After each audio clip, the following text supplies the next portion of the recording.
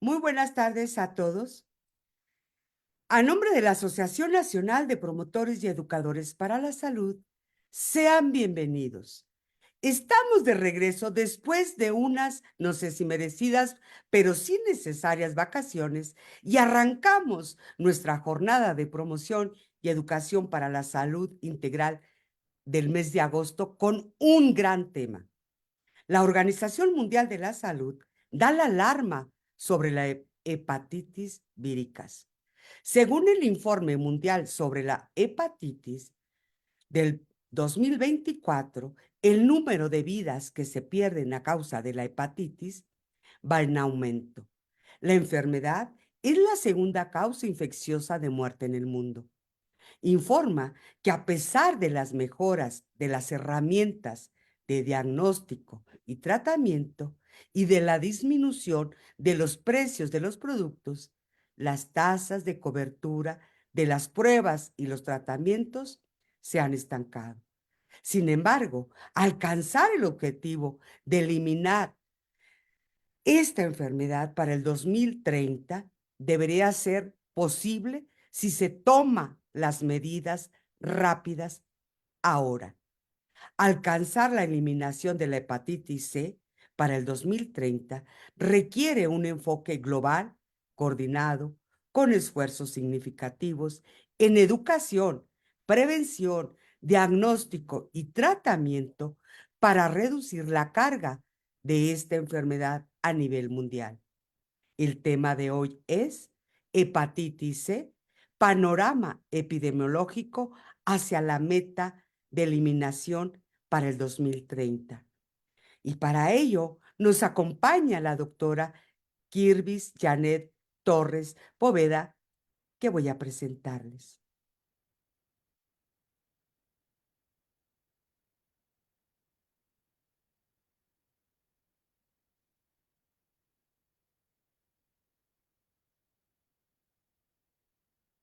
Ella tiene una licenciatura en bacteriología por la Universidad Colegio Mayor de Cundinamarca. Tiene una maestría en microbiología por la Universidad Javeriana. Tiene un doctorado en ciencias en salud pública con áreas de concentración enfermedades infecciosas en la Escuela de Salud Pública de México del Instituto Nacional en Salud Pública.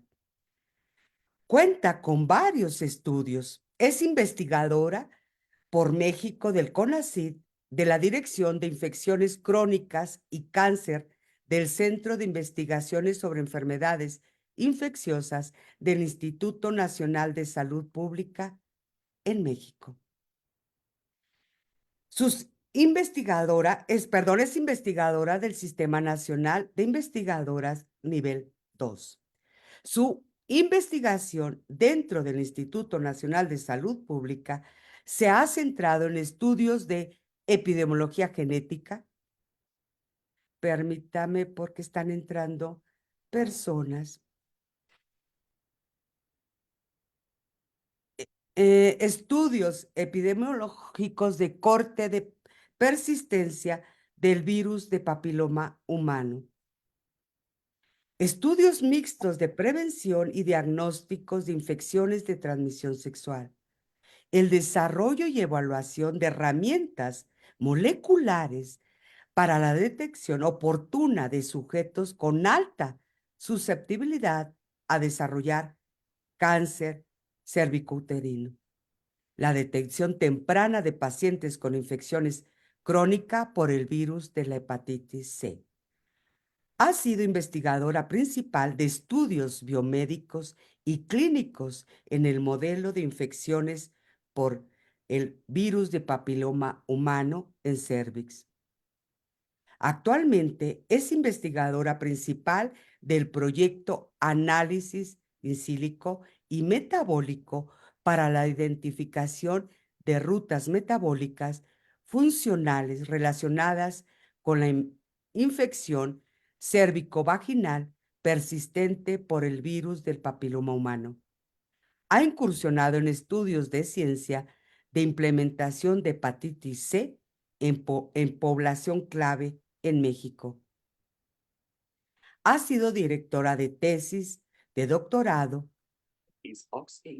en ciencias, doctorado en salud pública, en maestría en ciencias, maestría en salud pública, licenciatura en biología e ingeniería en biotecnología y asesora de tesis de los mismos programas.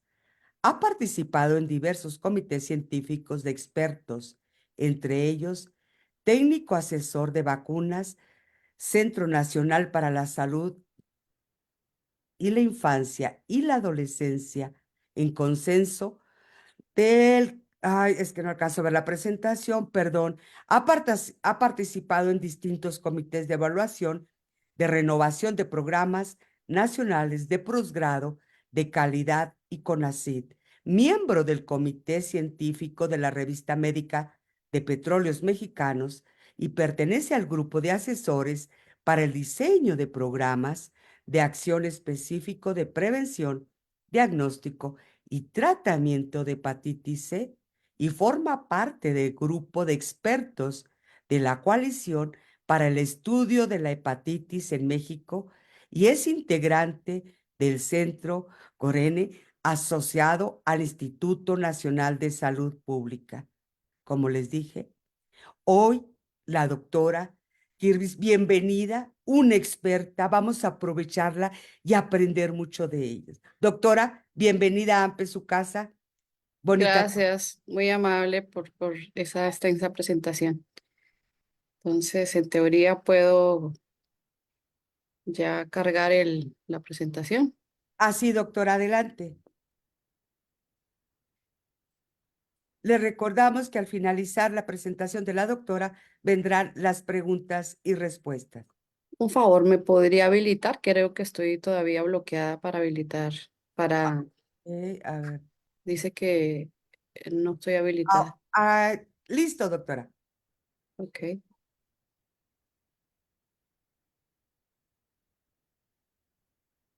¿Me puedes decir ahorita si se ve? Claro que sí, doctora. Sí. Perfecto. Voy a moverla y me dice si se puede ver. Sí, se ¿Mm? está abriendo muy bien, doctora. Perfecto, pues me dirás si ya empiezo, como Ya, quieras. adelante, doctora, bienvenida. Bueno, pues bueno, muchísimas gracias nuevamente. Doctora, nada más falta en forma de presentación, doctora. Ah, de acuerdo. Ahora sí, Ahora sí, perfecto. Adelante. perfecto. Bueno, pues muchísimas gracias nuevamente a la Asociación de Promotores y Educadores para la Salud por México y pues en general a toda la audiencia que nos va a estar viendo en los diferentes medios por los cuales se está ampliando esta información. Como comentó anteriormente Magdalena, pues fue como que se sincronizaron los astros porque en efecto, ella me había comentado que este tema era muy difícil encontrar panelistas, sin embargo, sí somos una cantidad importante en México que estamos en esta lucha de defender, ¿no? Desde la perspectiva de salud pública, lo que son las hepatitis virales y en específico hepatitis C. Entonces, quiero compartirles a grandes rasgos el panorama de lo que se conoce de hepatitis. Voy a dar inicialmente una presentación general de todas las hepatitis y me voy a enfocar con hepatitis C, que es, como van a ver al final, pues la que está un poco más cerca de la meta de eliminación 2030. Por eso es la relevancia de tocar este tema. Y nuevamente, pues muchas gracias a todos por su tiempo y por la invitación. Bueno, a grandes rasgos lo que voy a compartirles es una descripción general de lo que conocemos como hepatitis virales, porque pues sabemos que en el foro pueden haber personas no especializadas en el área y pues es importante darles una abrebocas, ¿no? De este tipo de información. Me voy a enfocar luego con hepatitis C, que es el objeto de esta presentación. Voy a dar unas pequeñas características del agente etiológico del virus que produce esta enfermedad.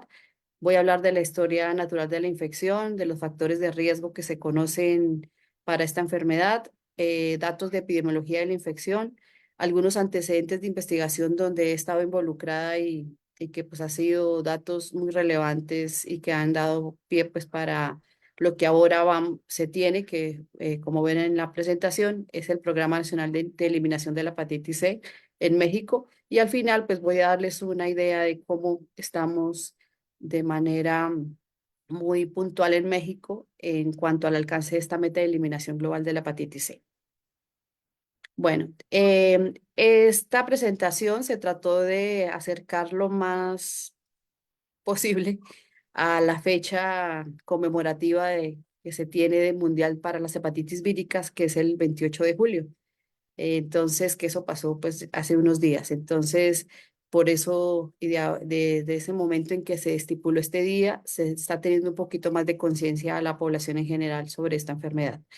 Ustedes obviamente, supongo, han escuchado el término de hepatitis, que es algo que en cualquier medio pues puede mencionarse, pero no en toda la población se conoce a grandes rasgos cuáles son las características puntuales y en específico los agentes etiológicos asociados. Cabe señalar que esta enfermedad, y por el acrónimo que tiene al final de itis, que hace referencia a inflamación del hígado en general, está producida o puede ser producida por diferentes formas o diferentes agentes. De los más conocidos es por tóxicos, por consumo de alcohol, hay medicamentos que tienen como posibles contraindicaciones también generar inflamación del hígado, pero nosotros nos vamos a enfocar en esta presentación a lo relacionado con agentes infecciosos asociados y en específico los agentes virales. Considerando de antemano que esta enfermedad pasa silente durante muchos años, vamos a verlos ahorita en la historia natural de la enfermedad, y que afecta a millones de personas en todo el mundo. Y lamentablemente muchas personas pueden ser portadoras de esta infección y no saberlo. Entonces, de ahí la importancia de conocer características de esta enfermedad.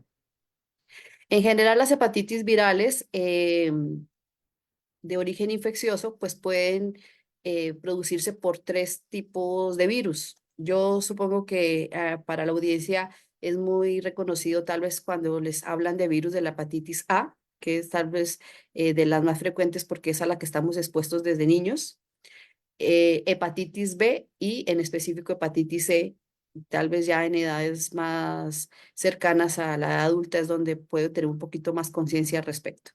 Como ven en la lámina, aquí vienen las nociones relacionadas con prevención y control. Entonces, hepatitis A, que es una enfermedad netamente por mecanismo de transmisión fecal oral, por eso comento que es de las que uno tendría como mayor exposición desde niños, porque tiene que ver con el consumo de agua o alimentos contaminados.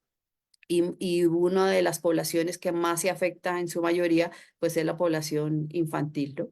Aunque también se pueden dar casos en etapa adulta. Se transmite obviamente de una persona infectada a otra por condiciones de mala higiene personal, falta de lavado de manos, o también se ha visto pues, relacionado con a través de la vía de sexo oral, ¿no? Aquí lo importante es que obviamente en países donde hay un control del saneamiento, donde se tienen acciones de prevención en las actividades sexuales y también de inocuidad de los alimentos, pues la frecuencia de hepatitis A es mínima. Sin embargo, hay que considerar que en países como México, que es un país considerado por la OCDE como un país de ingresos medios y en específico todos los países que se consideran de ingresos bajos, pues tienen una carga de morbilidad y de mortalidad increíblemente alta por hepatitis A. Y como vamos a verlo a continuación, a pesar de que se cuenta con un medio de prevención muy efectivo, que es la vacuna, que esa se aplica en las tempranas edades. El otro agente infeccioso relacionado es el virus de la hepatitis B. Este de pronto puede tener un poco más de sensibilización en ciertas poblaciones que están en riesgo por la exposición laboral. ¿A qué hago referencia? La mayoría de personal de salud, pues sí tiene conciencia al respecto, porque una de las vías de transmisión más frecuente y documentadas para el virus de la hepatitis C es por la exposición directa de líquidos corporales, y pues el manejo de instrumento médico contaminado es una de las formas más habituales de transmitirse a través de la sangre por contacto sexual no protegido o lamentablemente una de las vías, sobre todo en África más documentadas, es la transmisión de madre infectada al bebé. En este caso, pues los medios de prevención son relacionados con todo lo que tiene que ver con buenas prácticas en el manejo de instrumental médico, y en el caso de usuarios de drogas, por ejemplo, puede ser el no compartir jeringas y también pues la vía de exposición de sexo con protección. Y el que sería nuestra fuente y principal objeto de la presentación de hoy, que es lo relacionado con el virus de la hepatitis C, que como pueden ver, pues tienen vías o mecanismos de transmisión muy parecidos al virus de la hepatitis B. Sin embargo, al ser estructuralmente diferente al virus de la hepatitis B, lamentablemente no tenemos muchos medios de prevención, de promoción primaria, como es la vacuna, lamentablemente. Afortunadamente para hepatitis B sí lo tenemos. Bueno, aquí quiero llamar la atención que muchas de las personas que se exponen a lo largo de su vida a alguno de estos agentes infecciosos, como comentaba y voy a recalcarlo en las siguientes diapositivas, no lo saben, estuvieron expuestas en algún momento de su vida y lamentablemente muchos de los casos o las personas se enteran que estuvieron infectados o que están infectados porque pueden seguir activos, seguir activa la infección cuando ya tienen alguna de las complicaciones que son de difícil manejo y que muchas veces tienen una implicación importante en mortalidad. Y es lo relacionado con la cirrosis y el carcinoma hepatocelular. Ustedes, obviamente, en el contexto latinoamericano, tal vez han escuchado que cuando a alguien se le diagnostica cirrosis, la mayoría de veces uno lo asocia con algún tipo de exposición previa a alcohol y la mayoría de este tipo de afectaciones pues se relacionan con ese factor y lamentablemente no se investiga el origen probable de infeccioso y muchos de estos casos que a veces se reporta como cirrosis posiblemente alcohólica no lo son. ¿Mm?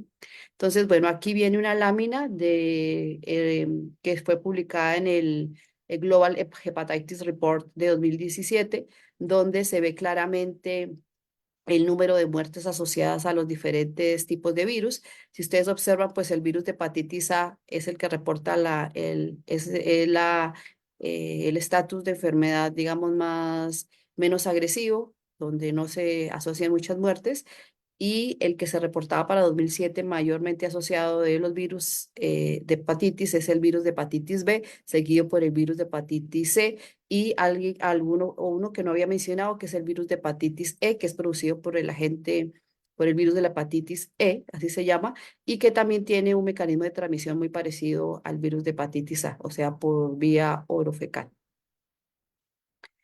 Algo importante es que en este reporte de 2017 dado por la OMS se determinó que pues eran alrededor de 1.4 millones de casos en el mundo reportados de hepatitis en general, de los cuales 240 millones de casos se estaban presentando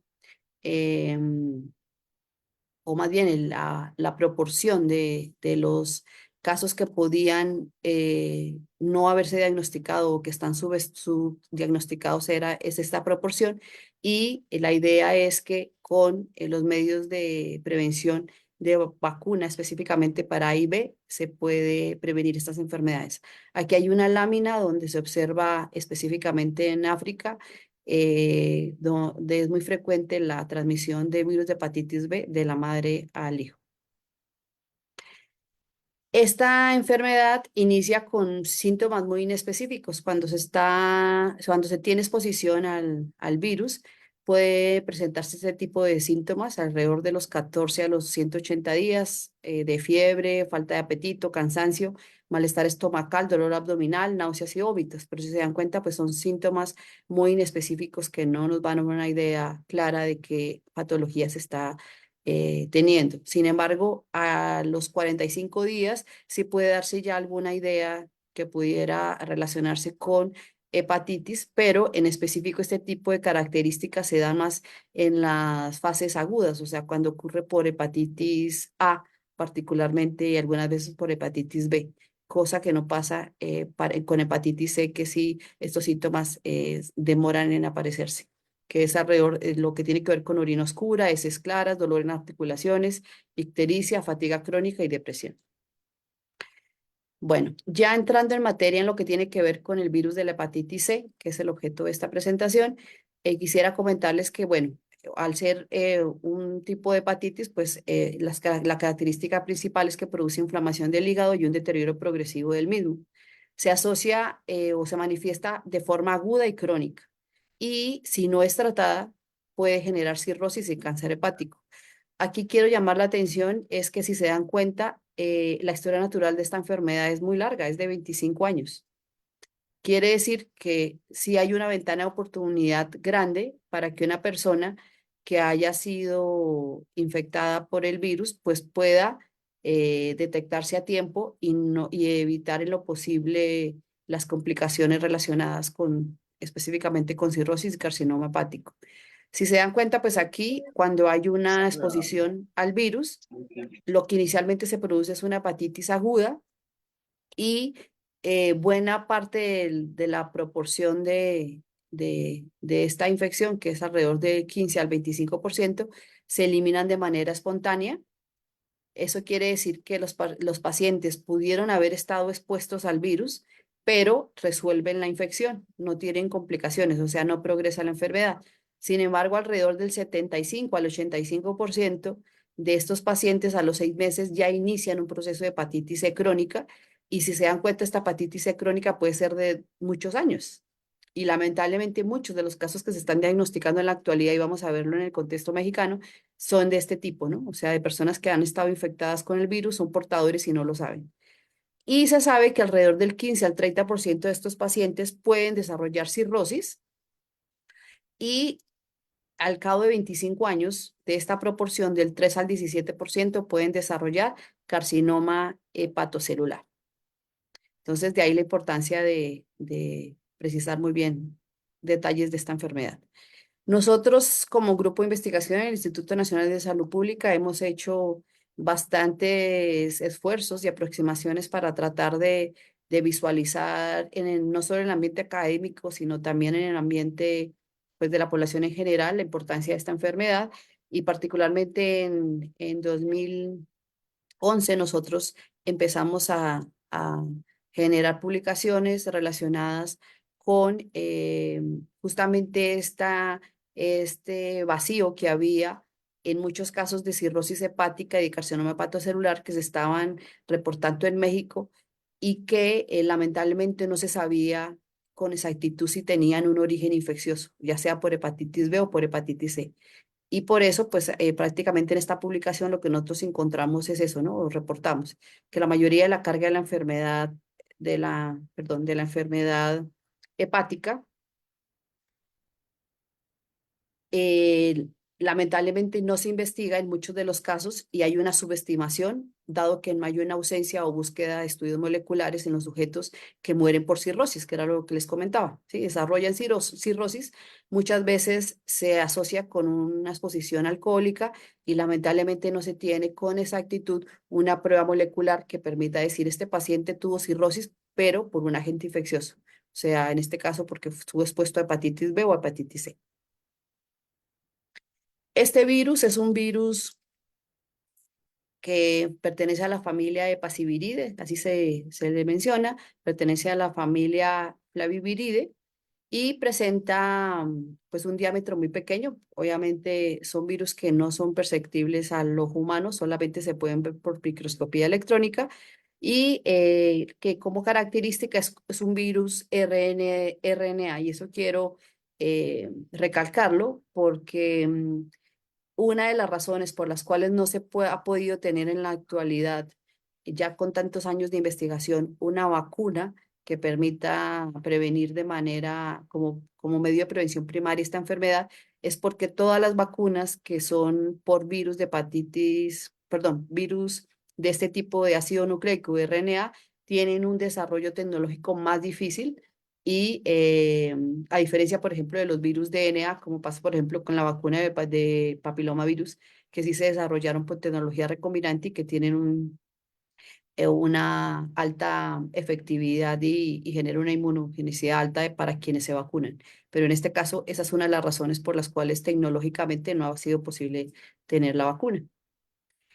¿Qué características tiene este virus? Estas, pues, obviamente son información de estructura molecular que no voy a precisar como mucho, pero sí es importante mencionarla porque en pocas diapositivas vamos a hablar del tratamiento que se cuenta ahorita de la enfermedad y van a darse cuenta que una de las herramientas importantes que basada en evidencia que está teniendo ahora la salud para salud pública para prevenir esta enfermedad es que basándonos justamente en esta estructura del virus, podemos saber con exactitud dónde hacer un bloqueo de la replicación de este virus y por eso esas moléculas ahora son tan efectivas y son tratamientos exitosos. Entonces, no quiero ahondar así en características muy estructurales porque pues no es el objetivo de la presentación, pero sencillamente es explicarles que la envoltura del virus se le conoce como cápside y este virus tiene unas proteínas que forman la estructura viral.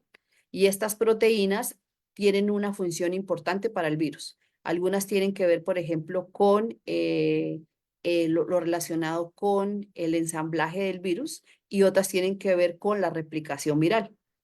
Y entonces, cuando hay moléculas que interfieren en alguna de estas vías, en específico, estructuralmente lo relacionado con el segmento 5A y 5B, que son los relacionados con replicación viral, son los blancos terapéuticos de los nuevos medicamentos que se han utilizado para control de esta enfermedad. Por eso es importante que estructuralmente los conozcamos a grandes rasgos. Algo importante es que, pues, es algo que no se dice, pero se ha difundido mucho, bueno, y no hace mucho pues, salimos de una pandemia, ¿no? De COVID-19, pero realmente de manera simultánea hay muchas enfermedades que se pueden considerar por su comportamiento epidemiológico que son también pandemias. En específico, el virus de hepatitis C o la hepatitis C puede considerarse una pandemia porque si se dan cuenta en la imagen que estoy presentando, prácticamente los casos se presentan en todos los continentes y esa es una de las características que se consideraba para decir si estábamos frente a una pandemia o no. Entonces, esta es una pandemia, podríamos decirlo, silenciosa porque lamentablemente no se difunde mucho, pero si se dan cuenta, pues prácticamente en todas las regiones del mundo se tiene casos. Obviamente, la proporción de casos va a ser mucho mayor en ciertas regiones. Entonces, si ustedes miran aquí en los colores, hay de proporción de número de casos. Lamentablemente, la mayoría de casos se presentan en todo lo que tiene que ver el continente asiático y africano. Y las Américas, podríamos decir que vamos como en tercer lugar de manera muy general con respecto pues a esas regiones, ¿no? Algo importante es que cuando los que trabajamos en salud pública hablamos, o imagino que ustedes han escuchado en algún momento hablar de eso, hablamos de carga de la enfermedad. Ese es un estimador que se usa en sistemas de salud para mirar la proporción que en términos de indicadores como muertes y de calidad de vida tiene una enfermedad con respecto a otras. Entonces, si ustedes miran este reporte que fue 2022, prácticamente México la ubican en el puesto 2, 4, 6, ya no recuerdo, como 12 con respecto a otros países. Entonces tampoco estamos tan rezagados, o sea, sí estamos dentro de los 15 primeros países que reportan un número total de infecciones por hepatitis C importante en términos de proporción y de carga de la enfermedad. Entonces, y si lo comparan con otros países de la región, pues somos, según este reporte, los pioneros, ¿no? Seguiría después Brasil, pero somos los primeros en Latinoamérica. Algo interesante es que este virus todos los virus tienen diferentes formas o estructuras relacionadas con los genotipos, se llaman así, con las diferentes eh, digamos, variaciones que tienen en su estructura genómica para que me entiendan y pueda la mayoría de audiencia entenderlo. Entonces, se conoce en la actualidad 6 genotipos y alrededor de 50 subtipos de este virus. Pero bueno, a grandes rasgos, en lo que ven ustedes en color, está la distribución de los genotipos por continente. Y si se dan cuenta, el genotipo más ampliamente distribuido es el que está pintado en azul, que es el genotipo 1. Y si ustedes observan, pues prácticamente casi toda la región de las Américas Amor, es el genotipo causante de esta infección, el genotipo 1. Sin embargo, en regiones como África y de Asia, hay otros genotipos que son de importancia, como es el genotipo 4 marcado en rojo, el genotipo 5 y el genotipo 3. pero bueno, la mayoría de infecciones a nivel mundial se producen por genotipo 1. Dentro de los factores de riesgo de hepatitis C documentados están pues los relacionados, ya había comentado anteriormente, con todo lo que tiene que ver con exposición de la sangre y la vía de transmisión actualmente más documentada es lo relacionado con el uso de drogas inyectables. Ahorita vamos a ver los grupos clave en los que está asociado actualmente esta enfermedad. Y algo que quiero recalcar, porque diríamos todos, bueno, mucha gente de la población general dirá, pero no, yo no tengo factores de riesgo de este tipo, ¿no? O sea, por ejemplo, el uso de drogas inyectables. Lamentablemente, la mayoría de casos de hepatitis C que se están diagnosticando ahorita es porque tuvieron hace 20, 25, 30 años que no había tanta regulación sanitaria de inspección de bolsas de sangre en los bancos de sangre, las por exposición sanguínea, ya sea, por ejemplo, en el caso, la mayoría de casos en mujeres que, por ejemplo, en sus partos tuvieron que ser transfundidas o algo así, y 20 o 25 años después se enteran que son portadores de hepatitis C y que ya tienen una complicación. Por eso la importancia también de documentarlo a la población. Y muchos de estos casos ya han requerido trasplante hepático.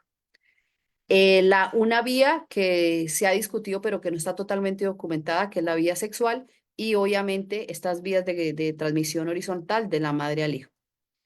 Obviamente hay otros factores colaterales que se han ido reportando, que no son los más frecuentes, pero que también es muy importante que en la audiencia general lo conozcan. Por un lado, tiene que ver con malas prácticas de esterilización en intervenciones donde hay una exposición importante a sangre. En este caso, por ejemplo, muchos casos documentados han sido, dicen, bueno, pero yo no uso drogas inyectables, a mí nunca me han transfundido. ¿Cómo es posible que ahora tenga hepatitis C? Pues pudo haber sido también por un procedimiento odontológico en algún momento de su vida que no tuvo buenas prácticas de esterilización y ahí hubo la exposición. Por malas prácticas clínicas, en este caso tiene que ver, por ejemplo, con exposición ocupacional de personal de salud y algo, perdón, que se ha documentado en la última década, pues ustedes se han dado cuenta que eso también tiene que ver mucho con modas y mucho de lo que ahora se usa, que es el uso de tatuajes y piercing, porque pues hay sitios donde no hay unas buenas prácticas también del manejo de este material que se usa para hacer los tatuajes y los piercing y también la exposición puede ser por ese lado. Porque han reportes de casos donde han buscado el virus en la tinta que usan para tatuar y ahí han encontrado el virus, por ejemplo. Entonces, eso también es importante que lo consideremos. Sin embargo, la pandemia en la actualidad está también en ciertas regiones, como pasa en México, circunscritas a la exposición y transmisión activa a ciertos grupos clave. Grupos clave hace referencia que tienen unas prácticas de riesgo que los hacen pues, más proclives a infectarse por esta enfermedad, por esta infección. Entonces, por ejemplo, uno de los grupos clave a controlar son los relacionados con las personas que usan drogas y prácticamente se considera la principal causa de los nuevos casos. Les decía, la mayoría de casos que se están diagnosticando ahorita con complicaciones, o sea, es decir, con cirrosis o hepatocarcinoma carcinoma hepatocelular, tienen que ver muchos de ellos con personas que se transfundieron hace 25 o 30 años cuando no había la regulación de búsqueda de este virus en las bolsas de sangre, en los bancos de sangre. Y las infecciones que se están presentando ahora en la actualidad tienen que ver más con estas prácticas de uso de drogas inyectables. También el segundo grupo que se ha reportado son las personas que viven con VIH, el tener antecedentes de tatuajes en lugares no autorizados o no regulados. También para pacientes que, por ejemplo, por alguna enfermedad relacionada, por ejemplo, que son diabéticos o que tienen alguna enfermedad renal que requieren factores de coagulación o están expuestos a procedimientos invasivos como la hemodiálisis, pueden tener una probabilidad también de, si no se hacen buenas prácticas, de infectarse con este virus. Y también aquellos que han tenido, por ejemplo, trasplante de órganos o algún tipo de transfusión o de algún producto de hemoderivados o de trasplantes antes del 95. Y quiero recalcar esto porque al menos para México, la regulación de normatividad de buscar este virus en las bolsas de sangre es del año 95, es decir, todas las personas que fueron transfundidas en algún momento antes del 95 tienen una probabilidad alta de haberse infectado con hepatitis C porque no se buscaba este virus en las bolsas de sangre que se transfundían. Ahora sí, eso está regulado. El otro grupo donde podría considerarse un grupo de riesgo son los trabajadores de salud, porque obviamente los que somos de personal de salud, pues en la exposición que tenemos en la atención del paciente, podemos tener accidentes como un pinchazo de aguja y puede estar contaminada la sangre. Y el último grupo que sería importante a considerar son los niños que nacen de mujeres que tienen hepatitis C activa. Nosotros hicimos en nuestro grupo de investigación entre 2006 y 2009 un estudio que se hizo en clínicas de atención primaria del IMSS, donde se buscó de forma activa tanto anticuerpos como la confirmación de infección activa por hepatitis C. Este fue un estudio publicado en 2011 en la Revista de Salud Pública de México. Y algo importante es que se encontró y se reportó que cerca del 1.5% de la población en algún momento estuvieron expuestas al virus, o sea, es lo que yo les digo, en algún momento estuvieron expuestas, y de esta proporción, de este 1.5, prácticamente la mitad de pacientes resultaron seropositivos, o sea, con infección activa perdón, seropositivos tiene que ver con los anticuerpos. En este caso es que tuvieron casi el 50% de este 1.5%, que fue una población muestrada, como ven acá, de 112.226 adultos en todo el país, en 19 entidades federativas en México. Se encontró que alrededor del 50% tenían la infección por hepatitis C activa. Algo importante y como pueden observar, el factor de riesgo que se identificó mayormente fue el haber tenido un antecedente de transfusión de sangre previa antes del 95. Y hay otros factores que esto no ha estado muy documentado en literatura, pero que sí es muy importante comunicárselo a la población en general, es que como sabemos muy bien que hay personas que son portadores y no lo saben, hay ciertas prácticas en la convivencia familiar que a veces no consideramos mucho. Y por ejemplo, una persona que viva con un paciente con infección activa por hepatitis C o que tenga, por ejemplo, cirrosis y tengan, digamos, el mal hábito de compartir ciertos utensilios de uso personal, como por ejemplo los rastrillos o las máquinas de afeitar o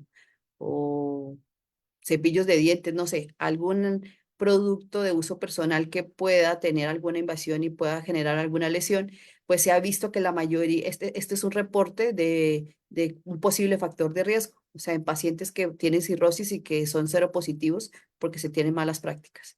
Y como les dije, lo relacionado con el antecedente de tatuajes y piercing o el uso de drogas, en caso de usuarios de drogas intravenosas. El genotipo que fue reportado mayormente en México y que se sigue reportando es el 1, seguido del 2. Y aquí se encontró que, obviamente, como es el más frecuente, el genotipo 1, la carga viral es importante y muchas veces muchos de los pacientes no pueden, con su respuesta inmunológica, eliminar la infección y por eso pueden tener ya una infección por hepatitis C crónica.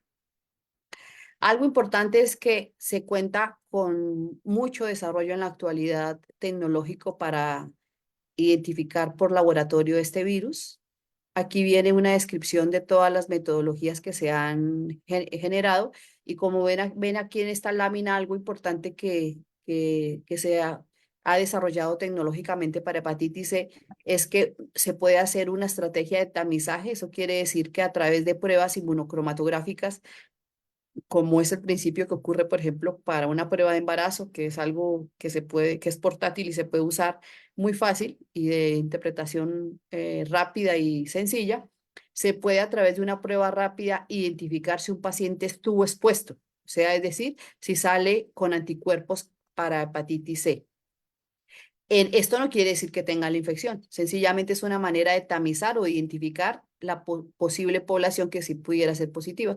Luego de que una prueba rápida de este tipo, ustedes supongo que muchas veces han habido campañas donde encuentran en centros comerciales o hasta en farmacias donde les ofrecen esta prueba, pues la invitación es a que, aunque creamos que no tenemos ningún factor de riesgo, nos hagamos la prueba, no pasa nada, porque esta prueba de alguna manera nos va tienen una especificidad bastante alta. Eso quiere decir que tiene una buena capacidad para detectar los verdaderos negativos, y pues si alguien sale negativo, quiere decir que no ha estado expuesto al virus. En cambio, si sale positivo, hay que hacer una técnica serológica confirmatoria. La mayoría de estas es, la más sencilla es el ELISA, que eso sí se tiene que hacer en un laboratorio, o se puede hacer también Western blot como pruebas complementarias. Para desarrollar o para ser candidato a tratamiento, cuando una persona se confirma que tiene el virus de la hepatitis C, o sea, que tiene infección activa por hepatitis C, hay que hacer pruebas moleculares ya más avanzadas para poder saber frente a qué genotipo estamos. Afortunadamente, estas barreras tecnológicas también se han ido superando, porque en la actualidad la mayoría de tratamientos, como vamos a verlo a continuación, son pangenotípicos en la actualidad. Quiere decir que ahora están dirigidos a cualquier genotipo. Anteriormente sí había que saber frente a qué genotipo estábamos para poder definir cuál era el medicamento más, digamos, útil para que tenga una respuesta viral sostenida en los pacientes. Y la carga viral, porque pues como todas las infecciones virales, sí es importante conocer qué tantas copias del virus tiene el paciente para así saber cuál sería el esquema de tratamiento a seguir.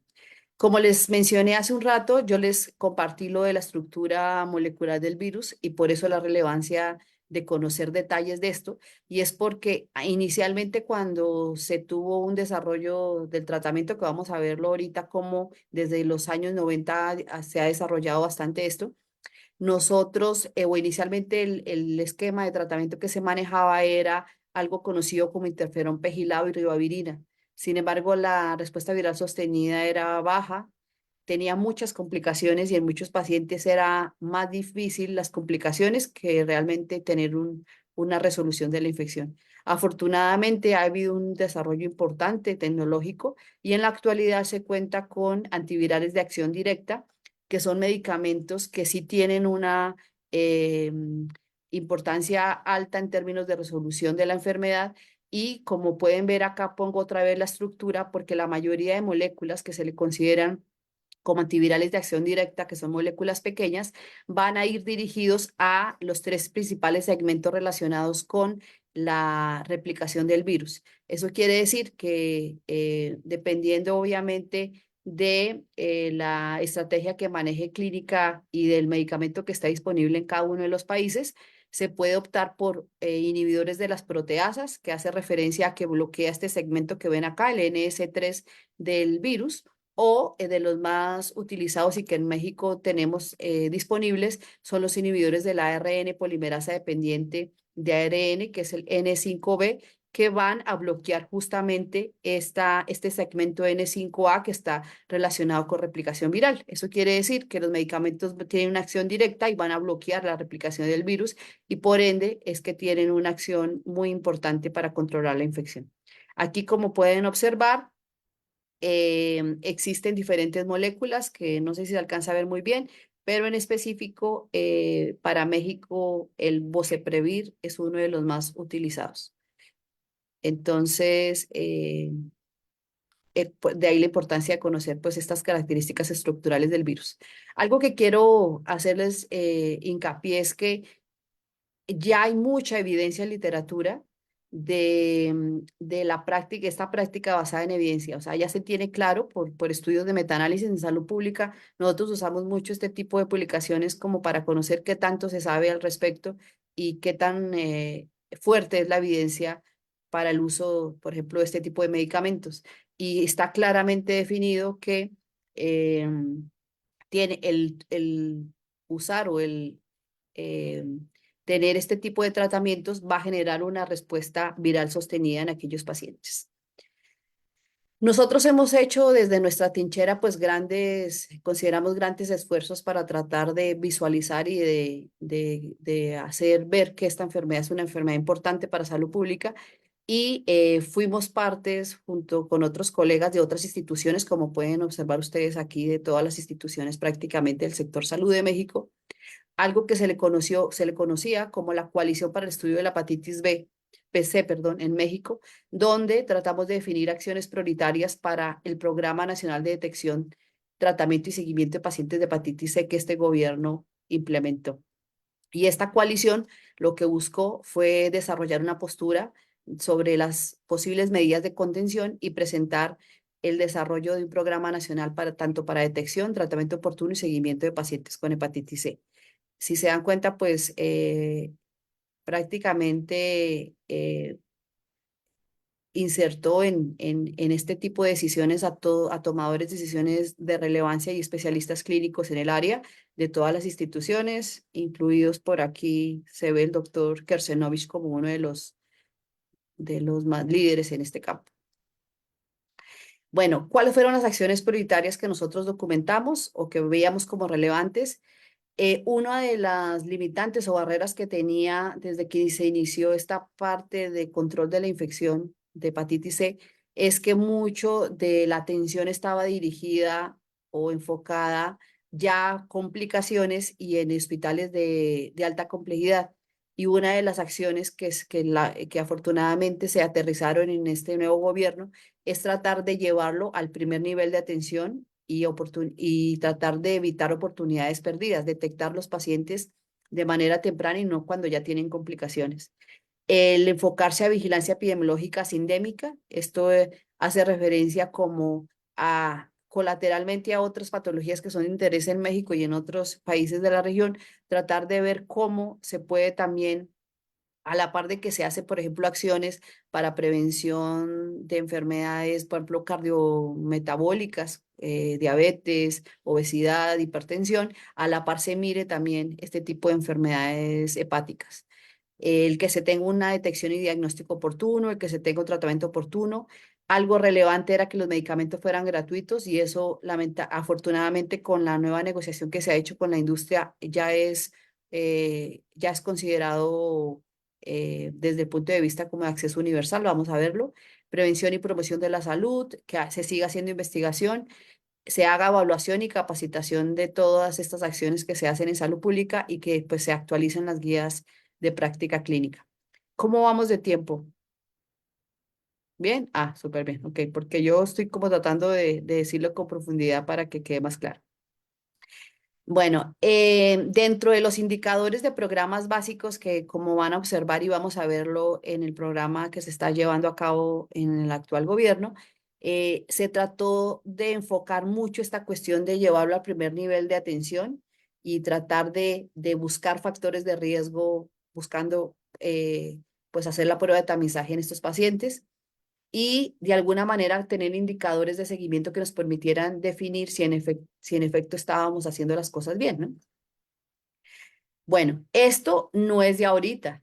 Miren, desde el 90 se vienen haciendo desarrollos mundiales para tratar de alcanzar o de definir esto que ahora se considera una meta mundial de eliminación de las hepatitis virales. Aquí viene una línea del tiempo de las acciones que se han hecho tanto sobre todo para hepatitis B como para hepatitis C. Y si observan acá, por ejemplo, en el 92 ya se contaba con la vacuna de hepatitis C, hepatitis B, con el primer desarrollo de la vacuna. Y eso fue súper relevante porque, sobre todo para personal de salud, todos hemos estado en algún momento ya vacunados con esta vacuna, pero en la población general, en algunas instituciones también la ofrecen, dependiendo obviamente si se tienen factores de riesgo. Y si se dan cuenta, ya hacia esta década, en los años ya 2014, ya se empezó a formar comités internacionales para poder establecer cierta normatividad en ciertos grupos poblacionales, por ejemplo, en el caso, por ejemplo, de los usuarios de drogas intravenosas para hepatitis C. Algo importante también es que se empezó a documentar y a hacer un cabildeo político general con muchas asociaciones civiles de lo relacionado, por ejemplo, de generar o de tener un día, por ejemplo, mundial para el donante de sangre, ¿sí? Que eran como de los primeros factores de riesgo que se consideraban de transfusión. Y ahorita, pues ustedes, con lo que inicié la presentación, ya el 28 de julio de todos los años se trata de sensibilizar mucho a la población para que esto se documente. Y es hacia 2013 que se empieza ya a tener los primeros desarrollos tecnológicos de antivirales de acción directa. O sea, imagínense, ya llevamos casi 10 años, ¿no? En desarrollo de esta parte. Entonces, eso es muy relevante porque pues ya en efecto han sido muchos esfuerzos, pero alrededor de 30 años para que se consolide lo que se tiene en la actualidad. Y aquí vemos también que es en 2016, en ese reporte que les comenté, el Global Report, Hepatitis Report de 2017, donde ya se empiezan a establecer metas mundiales de buscar la eliminación de las hepatitis virales como una meta de salud pública para 2030. ¿Y esta meta en qué consiste? Pues la meta que se puso la OMS o que puso es tratar de, para 2030, haber diagnosticado al 90% de pacientes tienen una infección activa y que de este 90% el 80% sean tratados. Entonces, de ahí la relevancia de que todos los gobiernos engranen y que trabajen pues, para alcanzar esta meta, ¿no? Bueno, algo importante es que han surgido muchas estrategias en países, por ejemplo, no sé si ustedes sepan, pero Egipto, por ejemplo, fue un país que hasta hace muchos años se consideraba ya casi que endémico la enfermedad allá por las malas prácticas que se tenían también con el uso de este tipo de jeringas en usuarios. Pero asimismo, como se sabía cuáles eran los mecanismos de transmisión, es el primer país que documenta ya 0 casos de hepatitis C, por ejemplo. Entonces, sí es una meta que se puede cumplir y vamos a ver ahorita México en qué va. Entonces, dentro de las estrategias de prevención recomendadas por la OMS están estas acciones relacionadas con administración adecuada o manejo de este tipo de material usado pues, por los que usan drogas inyectables, capacitación del personal, obviamente de salud en el manejo y eliminación de material cortopunzante, el tener un estricto control del tamizaje de las donaciones sanguíneas y todo lo que tiene que ver con el programa de intercambio de agujas estériles en este grupo poblacional de riesgo, ¿no? Han surgido muchas publicaciones también donde se ha documentado ciertas estrategias para tratar de alcanzar esta meta mundial para 2030. Una de ellas es, por ejemplo, tener una cobertura adecuada de reducción del daño, sobre todo en los pacientes que usan drogas intravenosas, es con ese fin. Implementar estrategias para acrecentar el acceso a pruebas como punta de entrada al tratamiento, es decir, porque obviamente solo se tratan aquellos casos que salgan positivos a la infección activa, tener políticas flexibles implementadas y orientadas al cuidado que incrementen tanto el tamizaje como el tratamiento en ambientes de prevalencia baja, media y alta, aumentar el acceso a tratamiento, tratando de evitar barreras financieras, logísticas y sociales. Esas metas ya las estamos alcanzando, vamos a verlo, y disminuir el costo de los medicamentos, que esa era una de las barreras que se tenían hace unos años, porque prácticamente, y si la memoria no me falla, un paciente que resultaba positivo para hepatitis C y podía acceder al tratamiento que en ese momento había, que era de interferón alfa pegilado y ribavirina, tenían que invertir alrededor de 600.000 pesos mexicanos en su tratamiento, con la salvedad de que muchas veces no tenía respuesta viral sostenida, o sea, no era un tratamiento que les iban a asegurar que iban a curarse. Y como vamos a ver a continuación, ahorita estamos en una etapa histórica en México, o sea que sí es importante resaltarla en este gobierno, porque a pesar de que, como ven en la lámina, desde 1989 ya se tenían los recursos tecnológicos para poder identificar casos de pacientes con hepatitis C, y para el 91 ya unos tratamientos poco efectivos, pero al menos había tratamientos, y ya en 2014 que se desarrollan los tratamientos que se conocen en la actualidad y que son altamente efectivos, como son los tratamientos con antivirales de acción directa. Es hasta 2017 que a través de este mecanismo de seguro popular, que después, bueno, se transfirió a Insabi, que ahorita creo que va a ser, lo va a manejar IMSS Bienestar, se tuvo la posibilidad única de acceder de manera limitada inicialmente a unidades de alta especialidad, pero es en 2019 donde se inicia en este gobierno algo que se le conoce como la estrategia de triple optimización y es donde ya se ha alcanzado esta cobertura universal de tratamiento de hepatitis C, como lo vamos a ver a continuación. Entonces se desarrolla el Programa Nacional de Eliminación de Hepatitis C y claramente enfocado en lo que tiene que ver con atención primaria en salud. ¿Cuáles son los pilares de este Programa Nacional de Eliminación? Pues bueno, va dirigido a acciones de promoción de la salud, tanto a población general como a trabajadores de salud que estuvieran expuestos.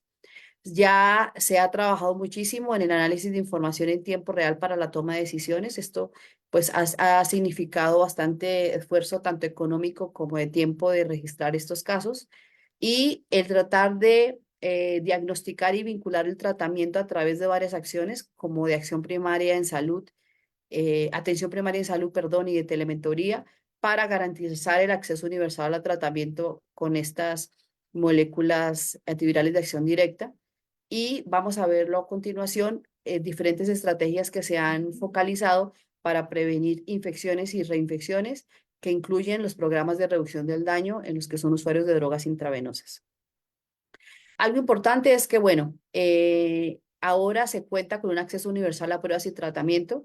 Como les mencionaba, una de las barreras que teníamos anteriormente era que no había un acceso universal y habían muchas barreras dentro del proceso del sistema de salud para que alguien que fuera positivo a hepatitis C pudiera acceder finalmente al tratamiento. Ahora esas barreras ya se han superado. Algo también importante es que se ha tratado de hacer una integración interinstitucional de las acciones y de información. Les mencionaba, ahora todo se está dirigiendo a atención primaria de la salud y algo importante, las estrategias se están focalizando a poblaciones más afectadas.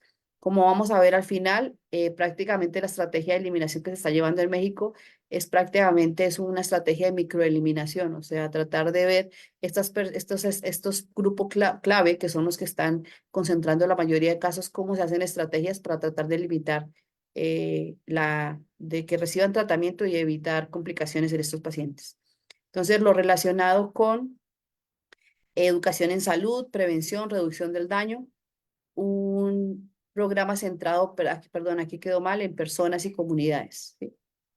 Ahora, dentro de las estrategias de alfabetización en salud en este gobierno se han hecho bastantes esfuerzos y bueno, aquí supongo yo que hay cierto grupo de personal de salud que tal vez han tenido algún acercamiento al respecto y es que ahora existen cursos en línea, por ejemplo, para trabajadores de salud a través de la Secretaría de Salud, del INSS y del ISSSTE, se han trabajado líderes clínicos para el tratamiento de hepatitis C y también líderes de salud mental y de adicciones a través de esos cursos de telementoría y también se han hecho cursos de información en general para la población.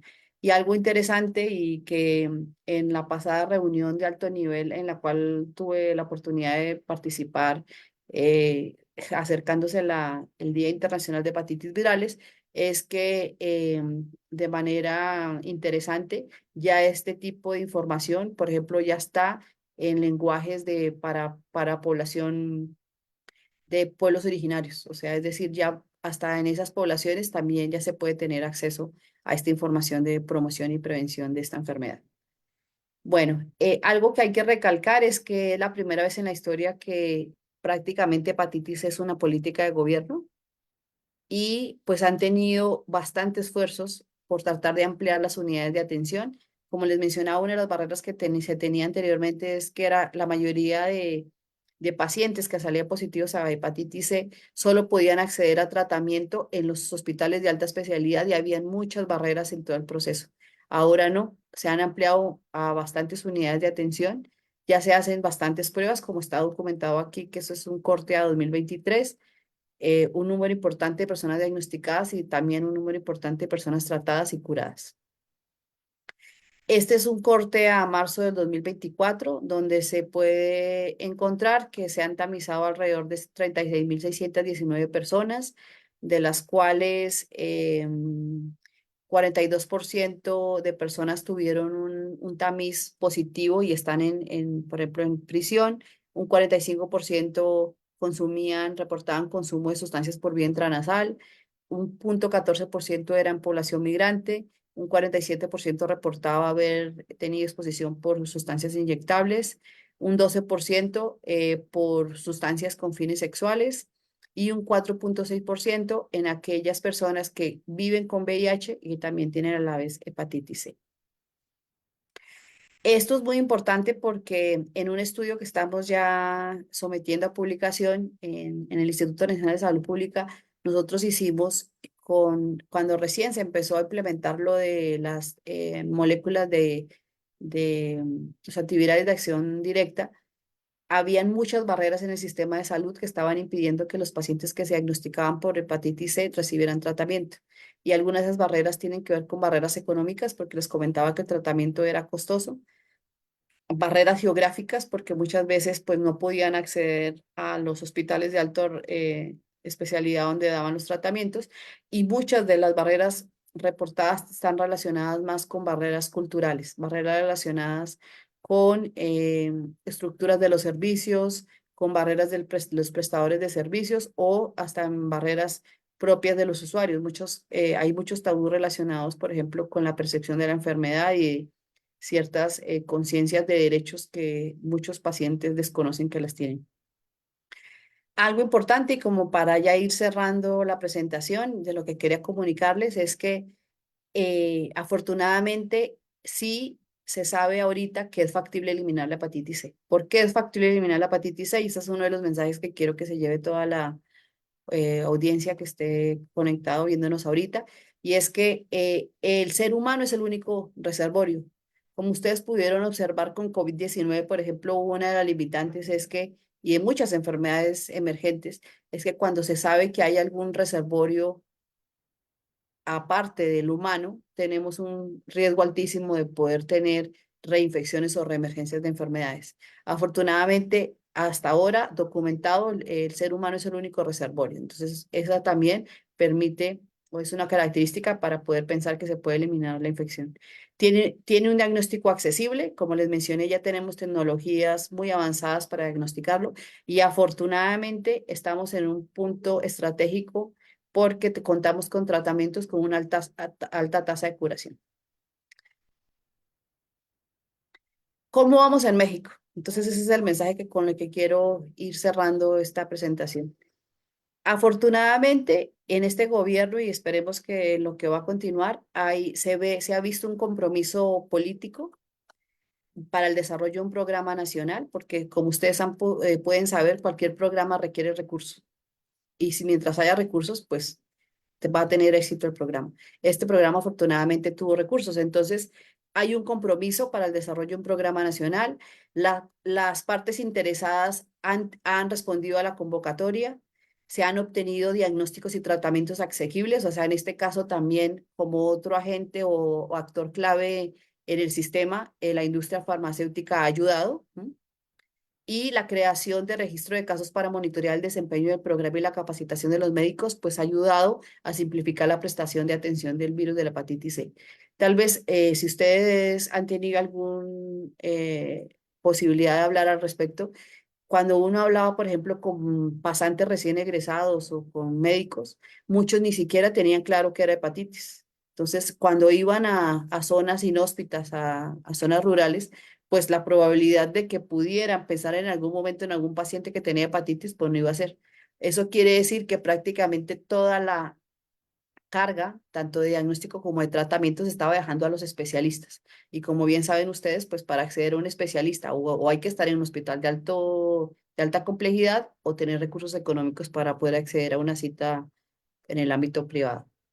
Algo importante es que este programa se enfocó a atención primaria en salud, transfiriendo la tarea de diagnóstico y tratamiento a los médicos generales. Y eso sí que fue una estrategia súper importante porque anteriormente la detección se daba prácticamente en estadios avanzados porque llegaban a hospitales de alta especialidad y los pacientes pues ya tenían fibrosis, cirrosis o carcinoma hepatocelular, ¿sí? Entonces, ahora la tarea es no, detectémoslos antes, o sea, cuando inician la infección y no cuando ya tienen la complicación. Además, porque para el sistema de salud siempre representa costos importantes. Algo importante es que esta implementación estuvo, o más bien, acompañada de telementoría y programa de capacitación en línea, como les mencioné anteriormente, y se alcanzó a llegar a regiones remotas, mejorando el acceso a la atención de los pacientes. Entonces, eso es muy importante de mencionarlo.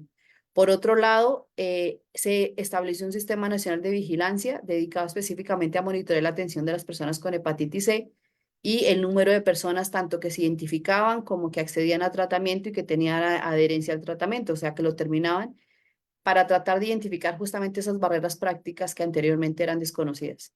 Y fue muy importante en esta reunión de alto nivel darme cuenta de viva voz que prácticamente toda la zona rural y gobiernos estatales y líderes comunitarios y clínicos ya están muy empoderados con esta enfermedad y por ende, pues creo yo que va a tener un resultado importante este programa si se sigue continuando en este gobierno. El programa está ganando compromiso en todas las instituciones de atención pública y los estados, porque el objetivo prácticamente de todos es tratar de controlar la infección y todos los que viven con hepatitis C. Varios estados del país ya se han comenzado a hacer otras fases del programa, por ejemplo, a enfocarse a toda la población clave, o sea, personas que viven en cárceles, migrantes, están expuestas a hemodiálisis, a centros de adicciones y pues en general a toda la comunidad con mayor incidencia. Algo importante es que para que haya éxito del programa debe haber una integración de los datos y modelado de investigación. Por eso, pues nosotros que estamos en la parte de la academia, es muy importante y crucial que sigamos trabajando al respecto, porque es la única manera de tener medicina basada en evidencia, lo que llamamos nosotros, o sea, tener información que demuestre que tiene evidencia científica y poderlo traducir en una política de salud pública que pueda integrarse tanto con el sector privado como con las asociaciones civiles que han tenido un importante también empoderamiento y liderazgo o cabildeo político en esta enfermedad. Y esto pues ha permitido generar lineamientos y guías básicas en evidencia científica y consensos. Esta es una publicación de la doctora Alexa, que ha sido la coordinadora del CENSIDA en este gobierno, donde se observan las diferentes estrategias y los actores y características que ha tenido este programa. Y como pueden observar, pues esto ha sido una estrategia nacional que ha implicado prácticamente a todas las instituciones del sector salud, donde el registro y los datos epidemiológicos se han concentrado específicamente en el área de epidemiología en la Dirección de Informática y Tecnología de la Secretaría de Salud y con CENSIDA y con apoyo de la Organización Panamericana de la Salud. Se han desarrollado guías nacionales también a través de esas instituciones, considerando también instituciones de salud pública e investigadores, los que estamos en la academia y la sociedad civil. Se ha hecho obviamente entrenamiento con telementoría, donde también se ha tenido apoyo de programas de educación a nivel nacional. Se cuenta también con clínicas ya certificadas para dar el tratamiento. Se ha tenido bastantes acciones y mejoramiento del empoderamiento político y de campañas de comunicación que, como les dije, ya se están llevando hasta las áreas más remotas del país. Y en general, las estrategias de eliminación de hepatitis C en México, como ven en esta publicación, están ahora enfocadas a ir de eslabón en eslabón. Inicialmente, la que ya se tiene como un desarrollo importante de alcance es las personas que viven con VIH, pero otro de las estrategias de microeliminación que se están tratando de documentar era lo relacionado con eliminar la infección en usuarios de drogas intravenosas, en presos, en migrantes, en personas que tienen exposición a través de la hemodiálisis y también en general, pues la comunidad, las poblaciones indígenas, ¿no? Que tal vez no tienen mucho acceso a los recursos y a los proveedores de salud en el sistema de salud.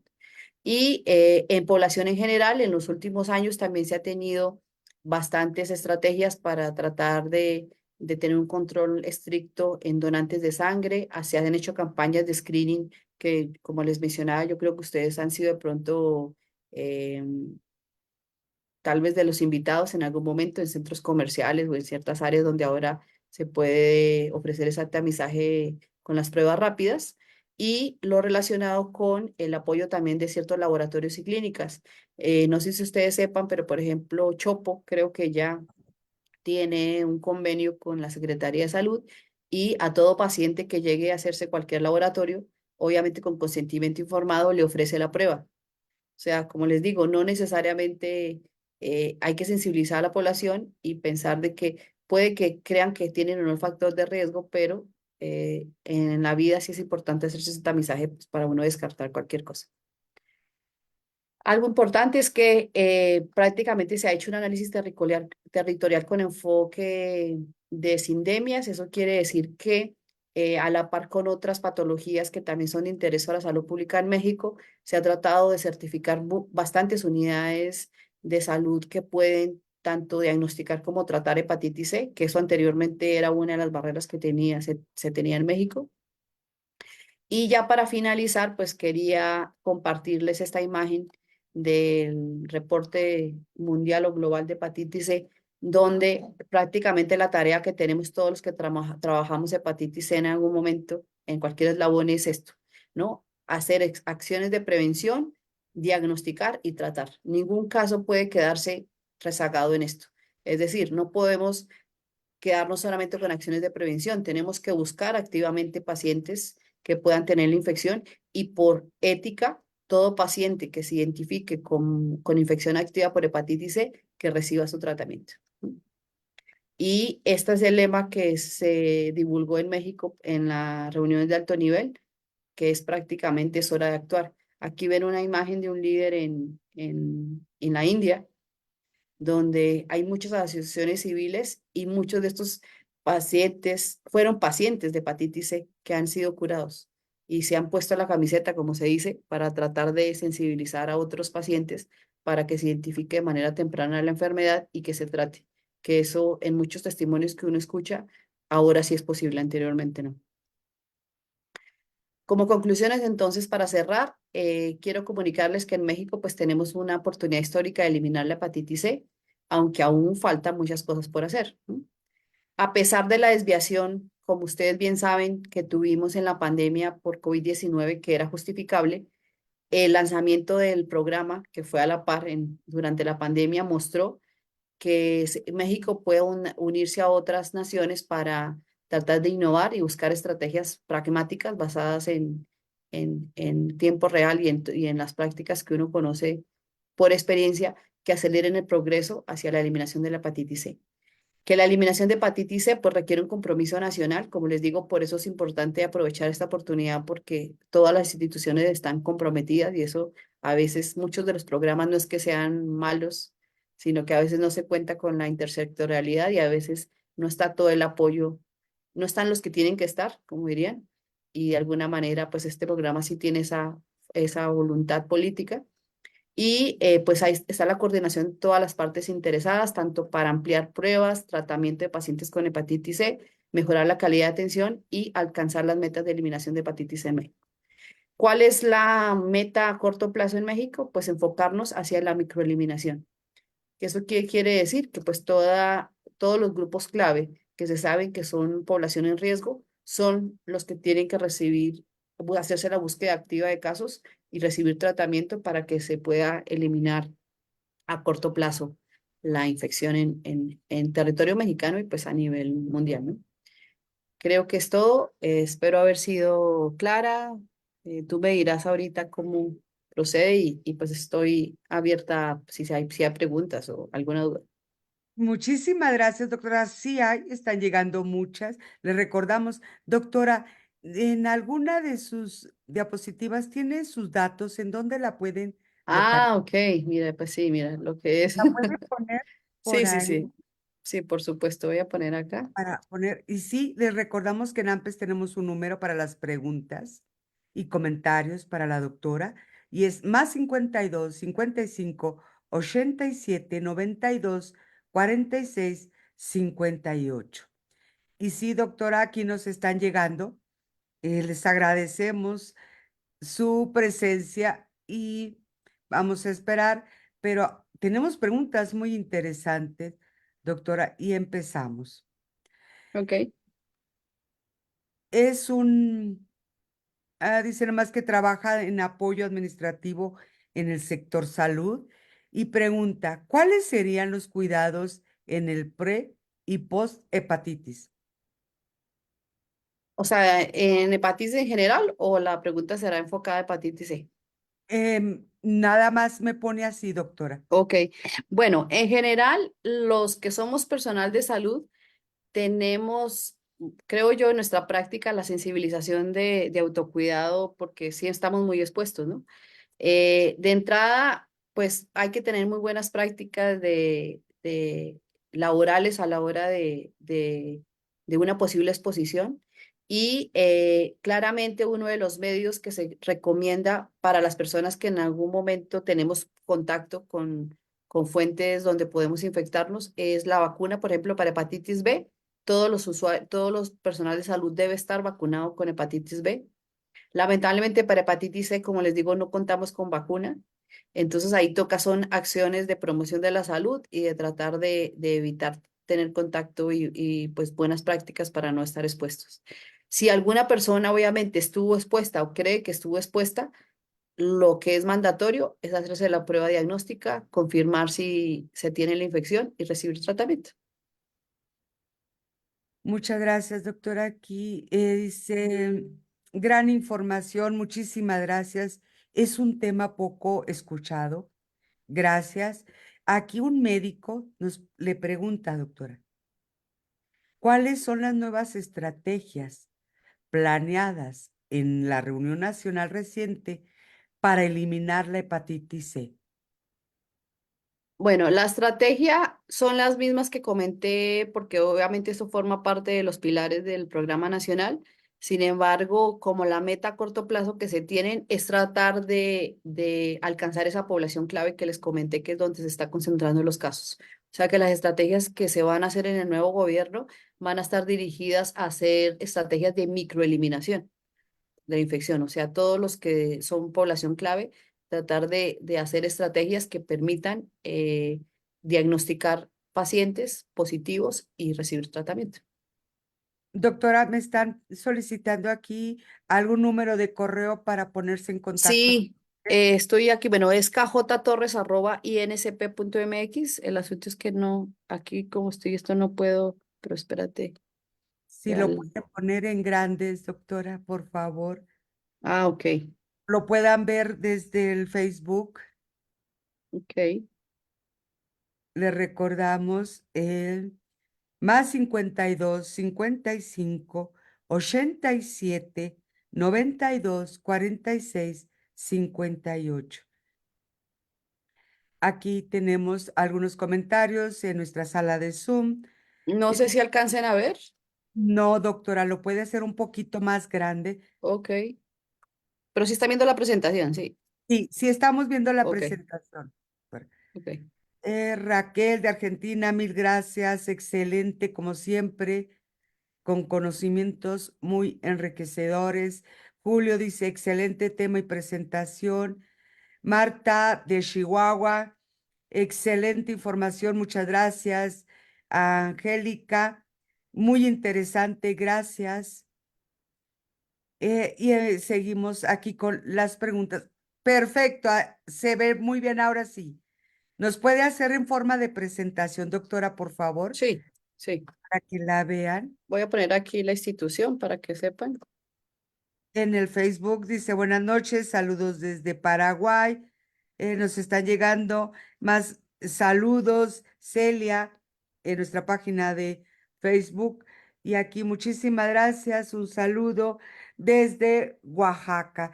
Y mi pregunta es, soy promotor comunitario. Doctora, mi pregunta es, en la comunidad, ¿qué es lo más urgente desde su postura? ¿Educar? ¿Dar a conocer la enfermedad? ¿Por dónde comenzamos? Sí, yo creo que la sensibilización siempre es comenzar por la educación. O sea, es decir, casi en todas las enfermedades que son de interés en salud pública, a veces se desconoce esa parte, ¿no? Como de tratar de sensibilizar a la población. Si tenemos los promotores de salud, creo que son de los gestores o actores clave en salud pública. Muchas de las acciones exitosas, por ejemplo, vacunación, que están muy relacionadas con los promotores de salud, son exitosas por eso, porque se hace esa divulgación y se sensibiliza a la población. Mucha de la información que se tiene, lamentablemente a veces, y eso lo reconocemos los que estamos en el ámbito académico, se difunden en medios muy selectos, o sea, donde solo lo ve investigadores, lo ve gente del área científica y lamentablemente, y creo que ahora se nos pide mucho más a los investigadores, hay que tratar de aterrizar y visualizar eso o hacérselo llegar a la población, que realmente es la que necesitamos tener cautiva en muchas acciones de salud pública, ¿no? Así es, doctora, muchísimas gracias. Aquí un médico, él es pediatra, le pregunta, un infectólogo, ¿Mm? ¿cuál es la prevalencia mundial de la hepatitis C, así como su mortalidad global? Sí, lo que se estima es que alrededor del 1% de la población, o sea, estamos hablando a nivel mundial, pueden ser seropositivos, o sea, haber estado expuestos en algún momento a la infección. Y lo que se estima es que alrededor del 50% de esa población que es seropositiva puede tener infección activa. Entonces sí, sí es un número importante de millones de personas a nivel mundial. Muchísimas gracias. También solo dice personal de apoyo en la Secretaría de Salud. Dice de Puebla, ¿cuáles son los riesgos familiares de sufrir hepatitis C? Pues los riesgos familiares que comentaba y que se han documentado, están muy poco documentados, pero sí, es lo que les decía de la parte de las prácticas de convivencia con personas que ya son, tienen infección activa, ¿no? Y que muchas veces no lo saben y que no tienen cuidado en ciertas acciones o comportamientos que uno tiene en un ambiente familiar, ¿no? Porque pues hay que reconocer que obviamente aunque hay ciertas cosas que uno no, aunque sea familia, no comparte, a veces por cuestión de convivencia pudiera haber ese error y es donde se han documentado casos, por ejemplo, de personas, o sea, he sabido de casos y en México, o sea, porque se han documentado también en otros países, pero he sabido de casos en México donde, no sé, la mamá, el hijo y el nieto, por ejemplo, han resultado positivos para hepatitis C. Wow. ¿No? Y nos deja un comentario, una enfermera de Guerrero, dice, es un problema de salud pública poco conocida, así como el modo del contagio. Gracias por su ponencia y por la información. Y efectivamente, una vez más, sí es poco conocida, doctora, por eso requerimos Mm, eh, que personas como usted, que profesionales investigadores nos ayuden a poder difundir, a educarnos a todo el personal de salud para que nosotros logramos tener estrategias de educación y de promoción más eficiente. Aquí un promotor de salud de Oaxaca le hace un comentario. Es importante este tema porque se desconoce que existía o confundimos, dice, confundimos los síntomas y es un interesante tema la hepatitis C y es un problema de salud pública. Pero se fija, doctora, o sea, se desconoce o confunden. Y eso es muy interesante, el poder saber qué está pasando con los profesionales de la salud, doctora. sí, así es. Y pues bueno, que sea, no sea el único medio ni la primera vez en que hablemos de esto, porque sí, tenemos que trabajar mucho y como les decía, es intersectorial, ¿no? O sea, tenemos que unir esfuerzos para poder llegar a la población que realmente puede estar viviendo con esta infección. Aquí una más que llega a nuestro número, doctora, para cerrar. Creo que ¿Mm? aquí dejaron una más en nuestra sala. Dice, doctora, buenas tardes. Me interesa saber si el contar con una vacuna sobre la hepatitis te previene de lo demás, de las demás hepatitis. No, o sea, todas las vacunas, como pasa de todas las vacunas que tenemos en el programa de inmunización, todas las vacunas tienen un blanco. al que va dirigido. Entonces, si vamos a controlar, por ejemplo, las únicas hepatitis que pueden ser controladas por vacunación, como les mencioné al principio, son la hepatitis A y B. Entonces, si uno se vacuna contra hepatitis B, pues va a estar protegido para infección por hepatitis B. Lo mismo para hepatitis A. Lamentablemente, y por eso también la importancia de sensibilizarnos con hepatitis C, no hay vacuna para hepatitis C hasta el momento. Aquí una más, voy a leer la de nuestra sala de Zoom.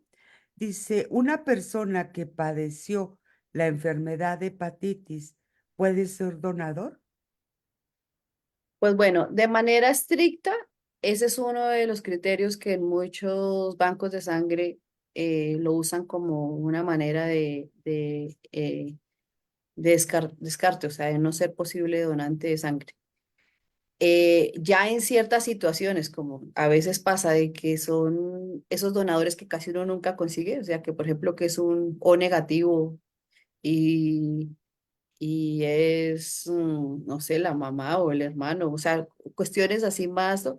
A veces por consenso se discute si pudiera ser, porque obviamente lo que procede es hacer el análisis de sangre para saber si está infectado de manera eh, activa, ¿no? Y ahí en ese caso, pues sí, es una sangre que no debe usarse. Aquí es una más. Tenemos dos más en nuestro número, doctora, y una es esta enfermedad o padecimiento, doctora, puede ser la causa de que muchas personas no quieran recibir sangre. Pudiera ser, pues no solo para hepatitis C, ¿no? O sea, la vía de exposición por transfusión es una vía para infección de otros agentes. Por ejemplo, en nuestro contexto latinoamericano y más en este ambiente más tropical, se ha documentado, por ejemplo, exposición a Chagas, o sea, a la enfermedad de Chagas de personas que desarrollan cardiopatías por enfermedad de Chagas, por Trypanosoma cruzi, de sangres que en algún momento estuvieron infectadas y no se tamizaron a tiempo, por ejemplo. Entonces sí, o sea, como hay enfermedades que se pueden eh, eh, transmitir por esa vía, entonces de antemano pues es comprensible que mucha población lo asocie y diga, no, pues ni dono ni permito que me transfundan sangre. Una más, doctora, puede ser esta también, esta mala información en la población que no quieran donar sangre por las jeringas y tienen miedo a contagiarse a alguna enfermedad como esta.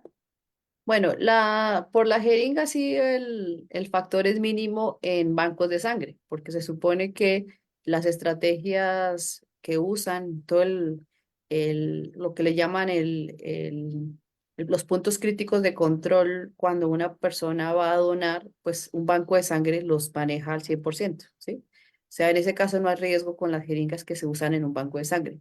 El riesgo es en los usuarios de drogas intravenosas porque en ellos hay una mala práctica de compartir jeringas. O sea, usan jeringas que ya han sido usadas por otros usuarios. Entonces ahí es donde está el riesgo.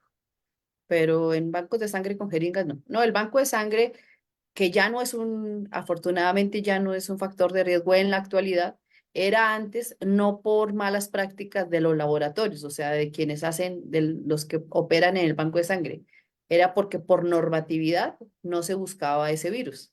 Entonces, pues ahí era cuestión más de normatividad de que no se vigilaba. Aquí una más que nos llega, doctora, y está Mm. para cerrar. Es una enfermera de Puebla y le dice, doctora, ¿realmente se puede eliminar? Así como que lo duda, doctora. Sí, sí se puede eliminar porque anteriormente, bueno, les di las características de que no tenemos otro reservorio aparte del humano, de que tenemos diagnóstico disponible, pero la barrera más importante que había anteriormente era que el tratamiento no era un tratamiento con una buena efectividad y eran más las complicaciones que generaba en los pacientes que el beneficio. Y en la actualidad no, esa es una barrera que se superó muchísimo y al ser medicamentos que son pangenotípicos, o sea, que van dirigidos a cualquier genotipo de hepatitis C, tenemos un chance altísimo de que el paciente cure. Por eso consideramos que sí, sí es una meta alcanzable. Aquí voy a cerrar porque es una futura colega Ujú, y es una estudiante de la carrera o de la licenciatura en promoción y educación para la salud. ujú. Pide un consejo. Sabemos que en la carrera tiene que enfocarse en determinada enfermedad y ella le está diciendo, si quiero tocar la cuestión de la hepatitis, ¿qué me recomienda usted? ¿Cuál de las hepatitis o hepatitis en general para realmente lograr impactar en la población? Pues yo creo que si realmente quieres aprender mucho más de todo este proceso de promoción, la invitación o más bien la sugerencia o recomendación sería que se fuera hacia hepatitis C, porque es justamente la que está en este proceso único en la historia de tener ya tecnologías para su control, porque pues prácticamente hepatitis A y B ya las estrategias las tenemos desde hace rato. O sea, se siguen presentando casos, es por ciertos factores de riesgo que lamentablemente algunas personas tienen. Ok, muchísimas gracias, doctora. Y bueno, como lo dijo la doctora, estamos esperando que los astros se alineen y nos ayuden, pero aquí unas pláticas con la doctora, estamos por ahí planeando una semana de hepatitis. Entonces, espere noticias y le agradecemos mucho Mm. a la doctora Kirvis porque, wow, el que nos esté colaborando y ayudando, informando y pueda ayudarnos a organizar una semana de la hepatitis C. Aquí dice en nuestra sala de Zoom, se disculpen, sí, ok, nos está pidiendo la secretaria de la organización que por favor a los que asistieron manden un correo con su nombre completo al correo de ANPES, por favor. Y saludos desde Venezuela, un tema muy interesante y una conferencia muy completa. Gracias, Elizabeth. Recuerden, envíen un correo a ANPES. Doctora, si me permite, puede dejar de compartir Sí, para hacer la entrega de manera virtual de su reconocimiento, doctora. gracias.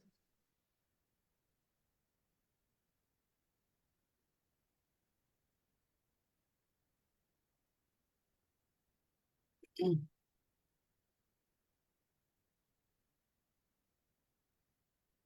Y bueno, a nombre de la Asociación Nacional de Promotores y Educadores para la Salud, otorga el presente reconocimiento a la doctora Kirvis Janet Torres Poveda, doctora en Ciencias de la Salud Pública, por su excelente participación en la conferencia Hepatitis C, Panorama Epidemiológico hacia la meta de eliminación en el 2030 en su modalidad virtual 8 de agosto del 2024 y firma la tesorera de la mesa directiva, la licenciada Araceli Flores Reyes y su servidora.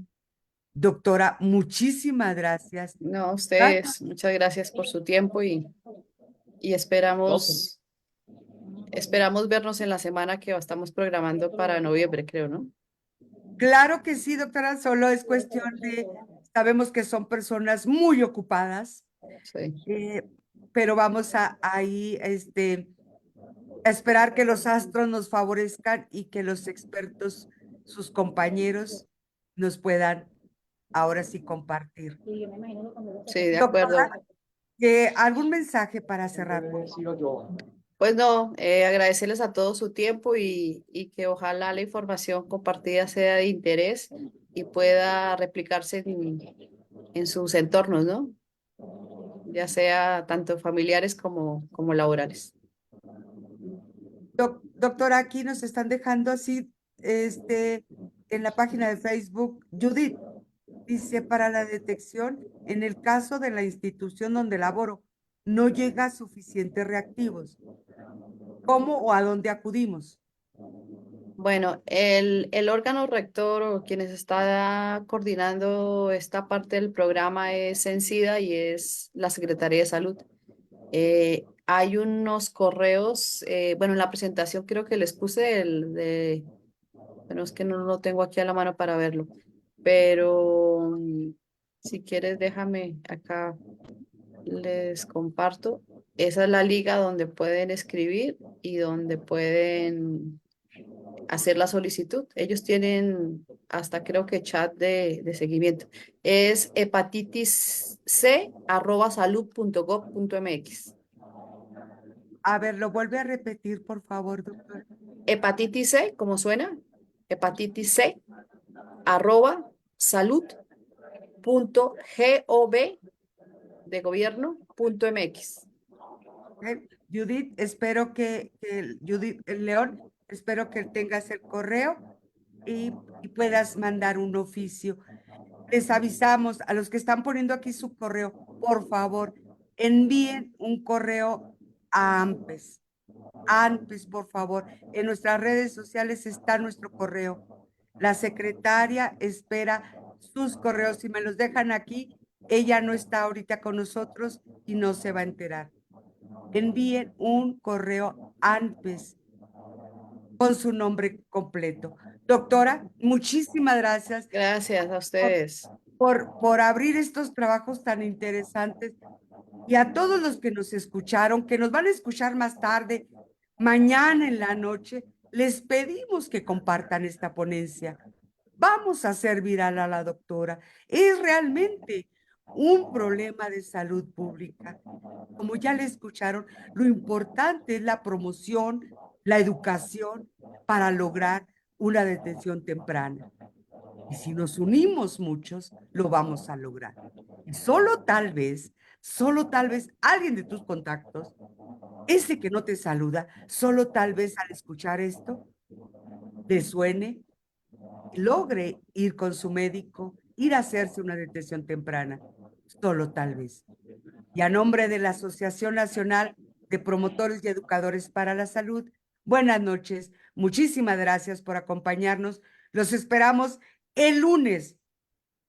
El lunes, por favor, iniciamos la semana de lactancia materna. El lunes. Buenas noches. Genial. Un abrazo, doctora. Gracias. Y un honor. Muchas Gracias. gracias a todos. Que pasen feliz Gracias a noche. todos. Hasta luego. Hasta luego, doctora.